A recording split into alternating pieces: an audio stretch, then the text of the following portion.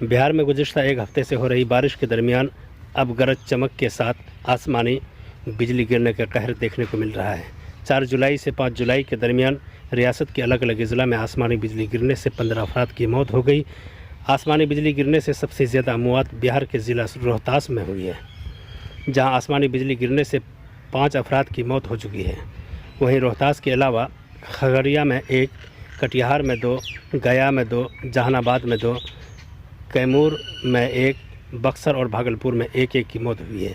बताया जा रहा है कि मंगल 5 जुलाई की शाम तक 9 लोगों की मौत हो चुकी थी, जबकि इसके बाद बुध की शाम तक आसमानी बिजली गिरने से 5 अफराद की मौत हो गई।